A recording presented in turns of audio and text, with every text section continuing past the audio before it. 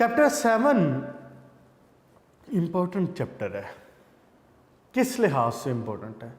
Chapter 7 दोनों लिहाज से इंपॉर्टेंट है। चैप्टर 7 आपका ऑर्गेनिक का बेसिक भी है और चैप्टर 7 में से बोर्ड में लॉन्ग क्वेश्चन भी आता है। दोनों लिहाज से इंपॉर्टेंट है। यानी कि आप इस चैप्टर में ये नहीं करेंगे कि आप जनाब सिर्फ टाइम पास के लिए उसको रट्टा शट्टा मार के, यानी कि आप सिर्फ बोर्ड के लिए कोई लॉन्ग क्वेश्चंस को रट्टा मारें और अपनी जान छुड़ा लें। नहीं बेटा, अब आपने ऑर्गेनिक में ऐसा नहीं करना। ऑर्गेनिक में ऐसा करना आपके लिए मसला बनाएगा। ऑर्गेनिक का जो एमडी कैट का आपका जो पेपर होता है उसमें भी मेन पोर्शन ऑर्गेनिक से होता है। इसलिए आप ऑर्गेनिक को ज़्यादा कंसेप्चुअली लें। इनऑर्गेनिक तो ठीक है, ऑब्वियसली कंसेप्चुअली हर चीज़ को लेना चाहिए, लेकिन कहीं ना कहीं फिर भी हमें रट्टा मारना पड़ जाता है, रट्टे की चीज़ें आ जाती हैं। लेकिन ऑर्गेनिक की चीज़ों को आपने कंसेप्चुअली ज़्यादा लेना। अगर आप ऑर्गेनिक को कंसेप्चुअली नहीं लेते तो मेरी ये बात सुन लें और मेरी ये बात मान लें कि आप फिर अपना इंजीनियर या डॉक्टर बनने का जो ख्वाब है उसको ज़रा धुंधला पाएंगे। ऑर्गेनिक बड़ी इंपॉर्टेंट है इस लिहाज से। चैप्टर 7 में बोर्ड ने भी लॉन्ग क्वेश्चन देना है और उसके बाद आपका जो बेसिक्स है वो सारे का सारा चैप्टर 7। शुरू की बातें तो चलें कुछ यानी काइंड ऑफ बेसिक्स में नहीं है, क्योंकि ये इंफॉर्मेशन की भी चीज़ें होंगी। शुरू की बातें जहाँ पे आगे जाके चैप्टर 7 का जो बेसिक चीज़ें आएंगी, जैसे फंक्शनल ग्रुप हो गए, उसकी हाइब्रिडाइजेशन होगी, आइसोमरिज्म हो गया। जब ये बातें आएंगी तो मैं ये सारा कुछ रिपीट भी कर दूंगा। लेकिन मैं ये कहना चाह रहा हूँ कि आप अब थोड़ा सा पहले से ज़्यादा सीरियस हो जाएं इस हवाले से। चैप्टर 7 को आपने कंप्लीट करना है, थॉरली करना है। हम जैसे जैसे पढ़ेंगे मैं साथ साथ बताता भी जाऊंगा। चैप्टर 7 का हर टॉपिक ही लॉन्ग क्वेश्चन है, हर टॉपिक की एक्सरसाइज का लॉन्ग क्वेश्चन। इसकी पेयरिंग बनाता है, कभी चैप्टर 9 के साथ, कभी चैप्टर 10 के साथ। पेयरिंग ऑब्वियसली चेंज होती रहती है, लेकिन जो भी पेयरिंग होगी वो जितनी इंफॉर्मेशन हमारे पास होगी वो इंशाल्लाह हम ज़रूर बताएंगे आपको। लेकिन असल बात यह है कि चैप्टर 7 से लॉन्ग क्वेश्चन आना है और इसके लिए आपको ये चैप्टर 7 थॉरली करना चाहिए। और इजी चैप्टर है, मुश्किल चैप्टर नहीं है, इजी चैप्टर है। बहुत सारी चीज़ें रिपीट भी होनी है। इवन मैं आपको भी बताऊंगा, आपने 9th-10th में चीज़ें पढ़ी हुई हैं आपने। बड़ा एक बल के जो टॉपिक आएगा फ्रैक्शनल डिस्टिलेशन का, वो 10th में आपने बड़े अच्छे तरीके से पढ़ा होगा और इम्पोर्टेंट टॉपिक था आपका वो 10th का। तो वो बल्कि अच्छा लिखा भी हुआ वहाँ पे। यहाँ पे तो फिर उसने टेबल सा बनाया हुआ है, वो वहाँ पे बड़ा अच्छा लिखा हुआ है आपकी जो बोर्ड की जो 10th क्लास की बुक है उसमें। तो एनीवेज अब हम इसको स्टार्ट करते हैं और देखते हैं। सिर्फ एक बात ज़हन में रखिएगा, और मैं ये बात दोबारा दोहरा रहा हूँ कि चैप्टर 7 को आपने थॉरली करना है। मुझे कोई बच्चा ये ना पूछे, और ये पूछने की ज़रूरत ही नहीं है कि जी इसमें से लॉन्ग इंपॉर्टेंट है, इसमें से शॉर्ट इंपॉर्टेंट है, इसमें कौन सा लॉन्ग करना है, इसमें से कौन सा शॉर्ट करना है। पुत्र चैप्टर 7 सारे ही लॉन्ग है और चैप्टर 7 सारे ही इंपॉर्टेंट है। चेंज करके दे देता है क्वेश्चंस, कभी यहाँ से उठा के कभी यहाँ से उठा के। लेकिन अहम बात यह है कि लास्ट लेक्चर में भी मैंने आपको कहा था कि हम आपको रेकमेंड करते हैं कि आप ऑर्गेनिक से लॉन्ग क्वेश्चन अटैम्प्ट करें। ये देखें ना, आप जो चैप्टर 7 से यहाँ से जब आप चलते हैं जनाब, चैप्टर 7 से जब आप चलते हैं तो इसमें सिर्फ चैप्टर 13 ऐसा है, ये वाला जो चैप्टर है इसमें से सिर्फ शॉर्ट क्वेश्चन आता है, इसमें से लॉन्ग क्वेश्चन नहीं आता। तो 7 से लेकर 12 तक, 7, 8, 9, 10, 11, 12 कितने चैप्टर बने? 6। इन 6 चैप्टर से 3 लॉन्ग क्वेश्चन है। तो जब हम आपको ये कह रहे हैं कि आप लॉन्ग क्वेश्चन ये अटेम्प्ट करें, वी आर रिकमेंडिंग कि आप लॉन्ग क्वेश्चन ये अटेम्प्ट करें, तो फिर why to take the risk? फिर आप ऑप्शंस पे या आप चॉइसेस पे क्यों जाएंगे? जब आप कह रहे हैं कि मैंने इसी चैप्टर का लॉन्ग क्वेश्चन अटेम्प्ट करना है, तो फिर आप इस चैप्टर को थॉरली करें, इस चैप्टर को मुकम्मल करें, ताकि वो जहां से मर्जी उठा के पूछ ले। समटाइम अगर वो कोई अनऑब्वियस क्वेश्चन पूछ लेता है तो फिर आपका तो लॉन्ग क्वेश्चन डाउट में आ गया ना। इसलिए इस किस्म का रिस्क नहीं लेना। जहाँ से आप डिसाइड कर रहे हैं कि आपने लॉन्ग क्वेश्चन करना है, और चैप्टर है भी इजी है, इजी चैप्टर है, मतलब एक सीक्वेंस में एक गो में जाता है चैप्टर, और शुरू के क्वेश्चन तो वैसे थ्योरेटिकल से हैं, तो याद करना उनको आसान है, कोई मुश्किल नहीं है इसमें। तो इसलिए चैप्टर 7 आपने थॉरली करना है। इवन चैप्टर 8, 9 आगे तो चैप्टर हैं भी छोटे छोटे। आपने जो इनऑर्गेनिक के चैप्टर पढ़े ना, ये बड़े लेंथी चैप्टर थे। सिर्फ जो आपका आगे चैप्टर 8वां है ये थोड़ा सा लेंथी है, फिर 9वां, 10वां, 11वां, 12वां, 4, 4, 5, 5, 8, 8, 10, 10 सफ़ों के चैप्टर हैं, कुछ भी नहीं होने। क्लियर हो गया बेटा? इसलिए ज़रा मेंटली प्रिपेयर हो जाए, फोकस कर लें और चीज़ों को, बातों को कंसेप्चुअली एब्जॉर्ब करें, ताकि जब आप तशरीफ़ लाएं कॉलेज, और बिल्कुल आप तशरीफ़ लाने के करीब ही हैं, कॉलेज आने का वक्त आपका करीब ही है, तो जब आप आएँ तो उसके बाद जब आपके फर्स्ट टर्म के एग्ज़ाम्स हो जाएं, तो एग्ज़ाम्स के बाद जब आप ऑर्गेनिक स्टार्ट करें तो obviously you will be enjoying the thing. ये बात ज़हन में रखें। और अगर आपने इस चैप्टर की बेसिक्स को एब्जॉर्ब ना किया, तो फिर आप यकीन माने कि आपको ऑर्गेनिक कभी भी नहीं अच्छी लगेगी, आपको ऑर्गेनिक पसंद नहीं आएगी, आपको ऑर्गेनिक केमिस्ट्री से नफरत हो जाएगी। फिर बेसिक्स ही नहीं पता होंगे ना। अगर किसी बच्चे को ABC नहीं आती और आप उस बच्चे को इंग्लिश पढ़ाएं, तो फिर उसको क्या आएगा? उसको इंग्लिश पसंद आएगी? कभी भी नहीं आएगी। इसलिए इस चैप्टर को थॉरली करना है, और इसके ख़ास तौर पे शुरू के थ्योरी के कुछ क्वेश्चंस के बाद जो इसका फंक्शनल ग्रुप से ऑनवर्ड जो बेसिक्स और जो स्ट्रक्चर ऑर्गेनिक मॉलिक्यूल्स का, ऑर्गेनिक कंपाउंड का जो स्ट्रक्चर जहाँ से शुरू होगा, वहाँ से इंशाल्लाह मैं दोबारा बता भी दूंगा। तो वहाँ से तो ख़ास तौर पे फिर आपने अपनी जो है ना दिमाग की सारी खिड़कियाँ खोल लेनी। आए जी, शुरू करते हैं इसको, ऑर्गेनिक केमिस्ट्री को, और चैप्टर 7 को। पेज नंबर है आपका टेक्स्ट बुक का 118। सबसे पहली बात यह है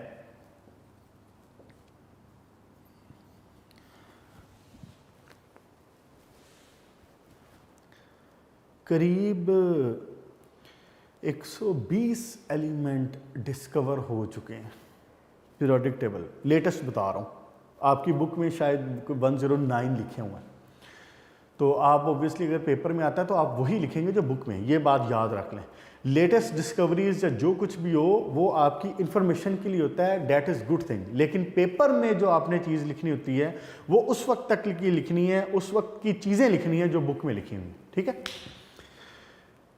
इतने सारे एलिमेंट्स को हम पढ़ रहे हैं इनऑर्गेनिक केमिस्ट्री में, सिर्फ 2 एलिमेंट्स, कार्बन और हाइड्रोजन, ये 2 ऐसे खुश नसीब एलिमेंट हैं जिनके लिए हमने केमिस्ट्री की अलग ब्रांच खड़ी कर दी है।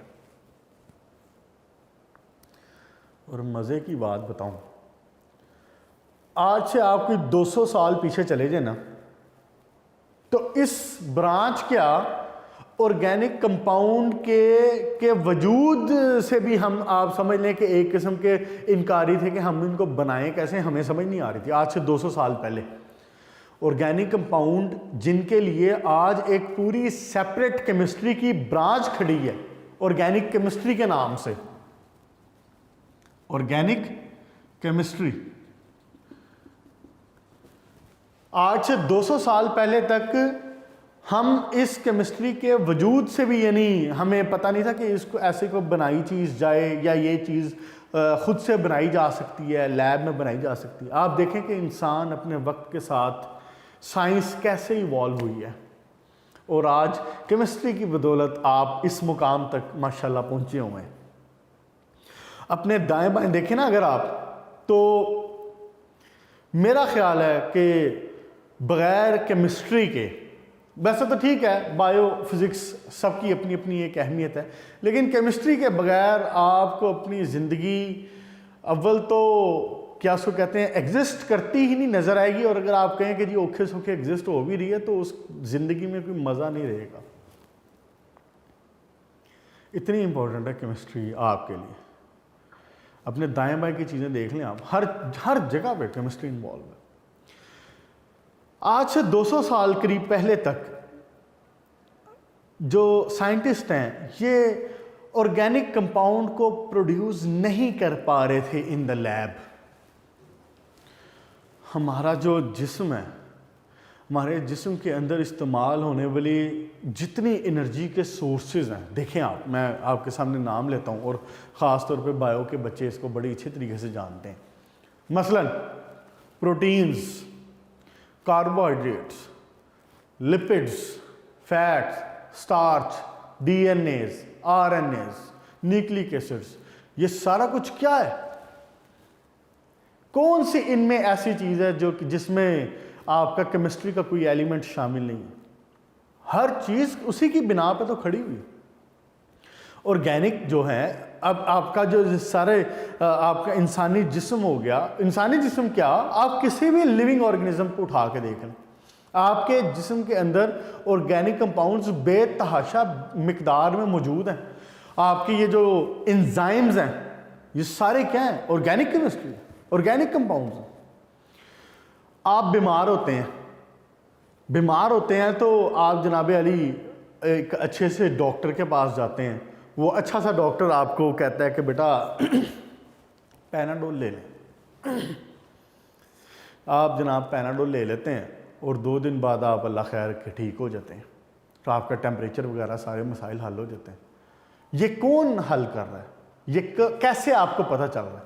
Basically with the time we knew कि जी हमें टेम्परेचर होने का मतलब क्या है, हमें इन्फेक्शन होने का मतलब क्या है, कि there were some compounds, some unwanted compounds जो कि मेरे जिस्म में प्रोड्यूस हुए।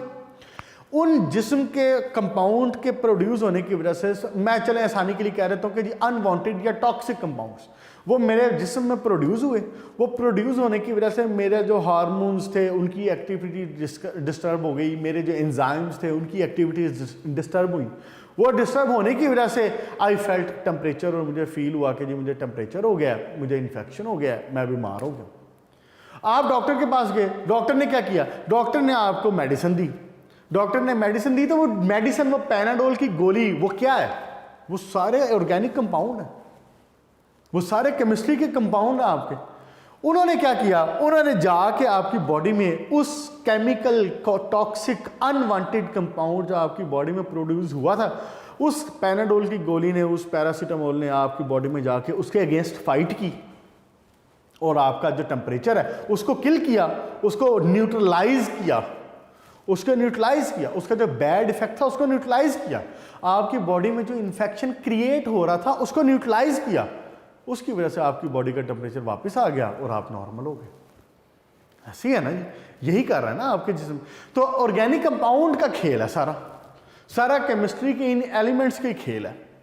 तो हम ये चाह रहे थे, साइंटिस्ट ये चाह रहे थे आज से 200 साल पहले भी, कि हम ऑर्गेनिक कंपाउंड्स को जो हमें प्लांट से, जो हमें लिविंग ऑर्गेनिज्म से, जो हमें जानवरों से, इंसानों से, किसी भी लिविंग ऑर्गेनिज्म से हासिल हो रहे हैं, तो हम इनको लैब में प्रोड्यूस करके देखें। लेकिन मसला ये हुआ कि किसी साइंटिस्ट के हाथ कोई पल्ले, कोई सुराग पड़ ही नहीं रहा था। बड़ी कोशिश हुई, बड़ा इस पे काम हुआ, लेकिन they were unable to produce any organic compound in the lab. Sir खपाते रहे, आखिरकार वो एक नतीजे पे पहुंचे। ये आज से 200 साल पहले की बात है। आखिरकार वो एक नतीजे पे पहुंचे। उन्होंने कहा भाई साहब मिट्टी पाओ। मिट्टी पाओ का क्या मतलब? उन्होंने कहा कि जी ये बन ही नहीं सकते, बात ही खत्म। उन्होंने कहा कि ये organic compounds can not be produced in the lab, they can only be produced in some kind of living things, living organisms. उन्होंने कहा कि इन द लिविंग ऑर्गेनिजम्स, अब बात गौर से सुनो जरा, उन्होंने कहा कि in the living organisms there is some kind of force, there is some kind of vital force. Vital चाय भी होती है वैसे, तो there is some kind of vital force जो उन ऑर्गेनिक कंपाउंड्स को प्रोड्यूस कर रही है। Vital force theory. कहा कि जी वाइटल फोर्स कोई है ऐसी जो कि ऑर्गेनिजम्स में, लिविंग ऑर्गेनिजम्स में मौजूद है, and obviously in the lab हम वो वाइटल फोर्स, कोई नेचुरल फोर्स ऐसी है, हम चूंकि लैब में उस वाइटल फोर्स को अप्लाई नहीं कर पा रहे, so we can not produce the organic compound in the lab. बात ही ख़त्म हो गई। ये करके तो जनाब इस ऑर्गेनिक केमिस्ट्री की जो किताब है वो बंद हो गई। इनऑर्गेनिक की तरफ ध्यान रहा और उस पर काम होता रहा। खैर फिर एक बार क्या हुआ, एक दिन क्या हुआ कि एक भाई साहब थे, और आपको बिल्कुल भी इन भाई साहब को बुरा भला नहीं कहना चाहिए, फ्रेडरिक, बिल्कुल भी नहीं इनको बुरा भला कहना चाहिए आपको। फ्रेडरिक वुलर, ये बंदा लैब में काम कर रहा था और यूरिया के अमोनियम सायनेट के ऊपर ये बेसिकली काम कर रहा था। किसके ऊपर काम कर रहा था? अमोनियम सायनेट के ऊपर। अमोनियम सायनेट के ऊपर। पेज नंबर 118 की आखिरी 2-3 लाइंस और पेज नंबर 119 के शुरू की बात कर रहा हूं। ये बंदा अमोनियम साइनेट के ऊपर काम कर रहा था, इसको हीट अप वगैरह कर रहा था, इसके साथ कोई भी एक्सपेरिमेंट कर रहा था। सडनली इसको एक नया कंपाउंड हासिल हुआ। इसने जब उस कंपाउंड का एनालिसिस किया, उसको देखा, तो इसको पता चला कि ये कंपाउंड तो यूरिया है। क्या कह रहा हूं? ये कंपाउंड क्या है? यूरिया। ये यूरिया, ये क्या है? अमोनियम सायनेट, और ये क्या है? यूरिया। हीट अप किया उसने अमोनियम सायनेट को, और ammonium cyanate converted to urea. जब उसने ये पहचाना कि ये यूरिया है, तो उसके जिस्म में एक कपकपी दौड़ गई, एक लर्जिश तारी हो गई। क्यों? वो इसलिए कि यूरिया तो ऑर्गेनिक कंपाउंड है, और यूरिया पाया जाता था उस वक्त तक की इंफॉर्मेशन के मुताबिक, वो प्रोड्यूस होता था इन द लिविंग ऑर्गेनिजम्स ओनली। ये जो आपका है एनिमल्स, ह्यूमंस, हमारे यूरिन में यूरिया होता है। ये ऑर्गेनिक कंपाउंड्स में पाया, ऑर्गेनिक जो लिविंग ऑर्गेनिजम्स थे इनमें पाया जाता था। इसका मतलब ये हुआ कि यूरिया जो कि एक ऑर्गेनिक कंपाउंड है, it can be produced in the lab. इस बात का जो पता चलना था, तो ये खबर जंगल में आग की तरह फैल गई। इसकी वजह से ये जो वाइटल फोर्स थ्योरी बनाई गई थी, ये डिमोलिश हो गई, ये खत्म हो गई। साबित होगी ना बात कि organic compounds can be produced in the lab. जनाब अली, जब ये काम हुआ है, उसके बाद तो फिर आप समझ लें कि ऑर्गेनिक केमिस्ट्री ऐसी चली है, और ऐसी आप कह लें कि बल्कि दौड़ी है, कि उसने बाकी केमिस्ट्री की सारी ब्रांचेस को पीछे छोड़ दिया। हमें यह पता चला है कि कार्बन एक ऐसा एलिमेंट है, और उसकी इतनी ज़्यादा यानी कि ज़मीन के अंदर, हमारी अर्थ के अंदर उसकी इतनी ज़्यादा प्रेजेंस है। आप देख लें सारे प्लांट्स,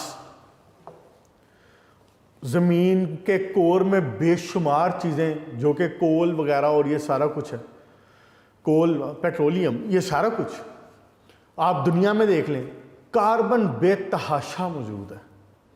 फिर एक और बात, कार्बन की प्रेजेंस तो है ही है, फिर कार्बन के से बनने वाले कंपाउंड्स, और इसके लिए मैं एक वर्ड यूज करने लगा हूं, डेरिवेटिव्स।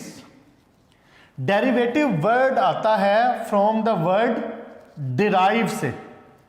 डिराइव का क्या मतलब है? किसी चीज को किसी चीज से निकालना। कहते हैं ना कि जी आपने इस बात से क्या डिराइव किया, आपने इस बात से क्या एक्सट्रैक्ट किया, यानी कि इस बात की क्या आपको समझ आई है। तो डिराइव का मतलब है उससे किसी चीज़ को निकालना। तो उससे एक किसी ऑर्गेनिक कंपाउंड से एक दूसरा ऑर्गेनिक कंपाउंड बनाना, उसी एक कंपाउंड से दूसरा ऑर्गेनिक कंपाउंड बनाना, डिराइव करना, उन कंपाउंड्स को हम कहते हैं कि ये डेरिवेटिव है। तो कार्बन के और इसके कार्बन के इतने ज़्यादा कंपाउंड खुद से मौजूद हैं, और फिर इन्हीं कार्बन के कंपाउंड से मज़ीद हज़ारों नहीं लाखों की तादाद में ऑर्गेनिक कंपाउंड्स और इनके डेरिवेटिव्स बनाए गए हैं। ये रीज़न थी जिसकी वजह से फिर हमें कार्बन को उठा के एक अलग केमिस्ट्री बनानी पड़ी, जिसको हमने नाम दिया ऑर्गेनिक केमिस्ट्री का। और आज के दौर में आप देख लें, इनऑर्गेनिक केमिस्ट्री अपनी जगह पे मौजूद है, अपनी जगह के उसकी जो इंपॉर्टेंस है वो मौजूद है। आपने पिछले 5-7 चैप्टर्स में इनऑर्गेनिक केमिस्ट्री की जो इंपॉर्टेंस है वो पढ़ी है, लेकिन ऑर्गेनिक केमिस्ट्री भी बेतहाशा इंपॉर्टेंट है, और इसके हज़ारों और लाखों कंपाउंड हमारी डेली लाइफ में इस्तेमाल हो रहे हैं, हम उनको मैनेज कर रहे हैं। और जिसमें सबसे बड़ी बात, वैसे तो बेशुमार हैं आपकी इंडस्ट्री में, हमारे फार्मास्यूटिकल में, डाइंग में, प्लांट्स के साथ हैंडल करने में। अब आप देखें ये पिछले दिनों जो आपने वो जो इसका हमला हुआ था, क्या नाम है उसका, टिड्डी दल का जो हमला हुआ था, उसमें आप देख लें, आप उसको रोका है आपने, उसको कैसे रोका है, उसको किल किया है, वो कैसे किल किया, पेस्टिसाइड्स के जरिए। आपने 16 चैप्टर में भी ये बात पढ़ी, ऑर्गेनिक कंपाउंड्स के जरिए आपने उनको स्टॉप किया, उनको किल किया, उनकी प्रोडक्शन को स्टॉप किया, वरना आज आपकी फसलें सारी की सारी खाली हुई होती। लाखों की तादाद में ऑर्गेनिक कंपाउंड्स अब तक बनाए जा चुके हैं।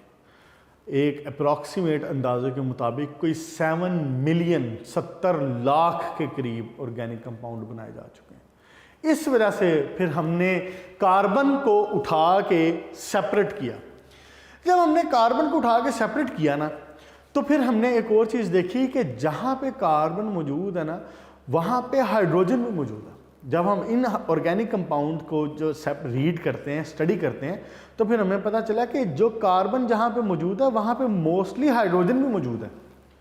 दूसरे एलिमेंट भी हैं, नाइट्रोजन, ऑक्सीजन, सल्फर, फास्फोरस, ये सारे भी हैं, लेकिन हमें यह पता चला कि कार्बन और हाइड्रोजन करीब करीब हर जगह इकट्ठे मौजूद हैं। इसलिए in the latest definition, in the latest modern era, हम जो ऑर्गेनिक केमिस्ट्री की डेफिनेशन कहते हैं वो ये है कि वो chemistry which deals with the compounds of carbon and hydrogen, compounds of carbon and hydrogen and their derivatives. ये किसकी डेफिनेशन है? ऑर्गेनिक केमिस्ट्री की। क्या है ऑर्गेनिक केमिस्ट्री की डेफिनेशन? के the branch of chemistry which deals with the compounds of carbon and hydrogen and their derivatives. एक simple सी डेफिनेशन ये बनती है इसकी। क्लियर होगी जी बात?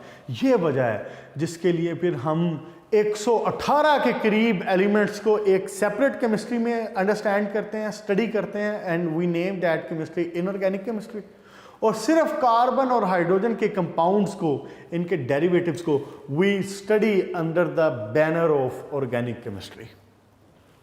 क्लियर होगी जी बात? यहां तक इसको जो पढ़ा है अभी, इसमें देखें ज़रा पेज नंबर 118 का जो लास्ट मैंने आपको बताया था कि जी 2 लाइंस हैं जहाँ पे वाइटल फोर्स थ्योरी की बात हुई है। ये एक्सरसाइज का क्वेश्चन है, शॉर्ट क्वेश्चन, और ये बोर्ड में आया हुआ है। वो कह देता है कि what is vital force theory. वो ये भी कह सकता है कि what is the importance of Friedrich Wohler's work. वो ये भी कह सकता है। वो ये भी कह सकता है कि how urea was produced in the lab. ये भी कह सकता है। फिर वो ये भी कह सकता है कि how vital force theory was rejected. देखें ना, ये सारी बातें एक ही बेसिकली क्वेश्चन का जवाब है। तो आप इसमें क्या लिखेंगे? ये जो आखिरी 3-4 लाइनें 118 में हैं और उसके बाद पेज नंबर 119 के जो स्टार्ट की हैं जहाँ पे ये वाली इक्वेशन एक आ जाएगी, ये बता देंगे, फ्रेडरिक वूलर का काम बता देंगे। नोट्स में ये शॉर्ट क्वेश्चन उसने अलग से लिखा हुआ, बना के लिखा हुआ, ऑब्वियसली आप वहाँ से देख सकते हैं। उसके बाद modern definition of organic chemistry, ये मैंने आपको बता दी है कि मॉडर्न डेफिनेशन में क्या डिस्कस होता है, कि हम ये देखते हैं, पहले एक्चुअली सिर्फ हम कार्बन की बात कर रहे थे, लेकिन मैंने बताया ना कि with the time we knew कि जी इसमें जहाँ पे कार्बन है वहाँ पे हाइड्रोजन भी है, तो कार्बन और हाइड्रोजन को फिर हमने अलग से नाम दिया और हमने ये कहा कि जी मॉडर्न डेफिनेशन क्या है। मॉडर्न डेफिनेशन ये है कि कार्बन और हाइड्रोजन के जो कंपाउंड्स हैं they will be studied and their derivatives obviously they will be studied under the banner of organic chemistry। मैंने आपको डेरिवेटिव्स की बात बता दी है कि डेरिवेटिव्स क्या हैं। अच्छा, ऐसा है क्यों? इसका जवाब आपने चैप्टर 4 में जब कार्बन और सिलिकॉन की बात पढ़ी थी तो आपने ये बात वहाँ पे पढ़ी थी, और वन ऑफ द इम्पोर्टेंट जो टॉपिक था आपका वो वहाँ पे यही था कि जी कार्बन के कंपाउंड्स हज़ारों लाखों की तादाद में क्यों हैं, आपने वहाँ पे पढ़ी थी। पेक्युलर बिहेवियर वाली बात याद फरमाएं आप, पेक्युलर बिहेवियर ऑफ कार्बन आपने पढ़ा था, याद आया? तो आपने उसमें एक बड़ा इंपॉर्टेंट और बेसिक वर्ड पढ़ा था and that word was catenation. आज नहीं करेंगे इसको, आज नहीं स्टार्ट करते, इंशाल्लाह ताला नेक्स्ट लेक्चर में मैं इसको स्टार्ट करूँगा फ्रॉम द पेज नंबर 119। ये जो टॉपिक है some features of organic compound, कि ऑर्गेनिक कंपाउंड की बेसिकली खसूसियात है क्या, यहाँ से इसको स्टार्ट करेंगे। आज इंट्रोडक्टरी इसका लेक्चर था और आपको यकीनन केमिस्ट्री की इम्पोर्टेंस के साथ साथ अब ऑर्गेनिक केमिस्ट्री की इम्पोर्टेंस का भी अंदाज़ा हो चुका होगा। अगर ऐसा नहीं है ना तो फिर आपने आज के बाद जो है ना वो शैम्पू नहीं करना, आपने आज के बाद ना मेकअप नहीं इस्तेमाल करना गर्ल्स ने, आपने आज के बाद ना ये जो रंगदार कपड़े और ख़ूबसूरत डिज़ाइनिंग वाले कपड़े और जनाब वॉश एंड वियर पहनते हैं, कभी आप जनाब कॉटन पहनते हैं और कभी आप जनाब लॉन पहनते हैं, कभी आप खादी के सूट लाते हैं और कभी आप आइडियाज़ के सूट लाते हैं, फिर इन सारी चीज़ों से भी तौबा करें आप, या तो फिर आप केमिस्ट्री की अहमियत को तस्लीम करें, क्योंकि अगर केमिस्ट्री नहीं है ना तो फिर ये सारा कुछ भी नहीं है, फिर ये सारा कुछ भी नहीं।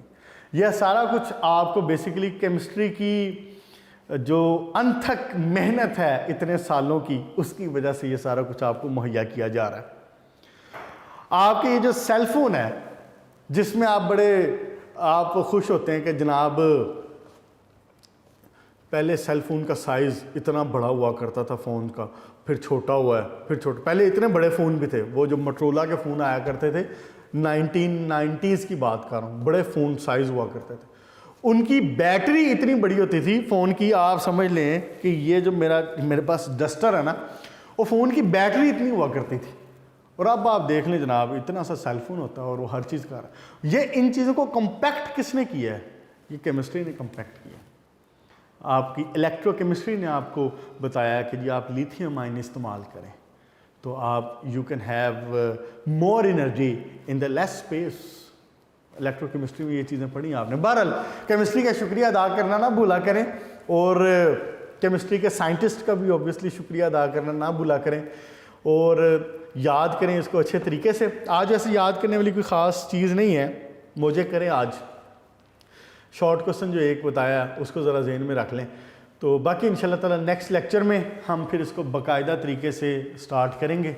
यहाँ तक के लिए इतना काफ़ी है, इजाज़त दें, ख्याल रखिएगा, गुड लक।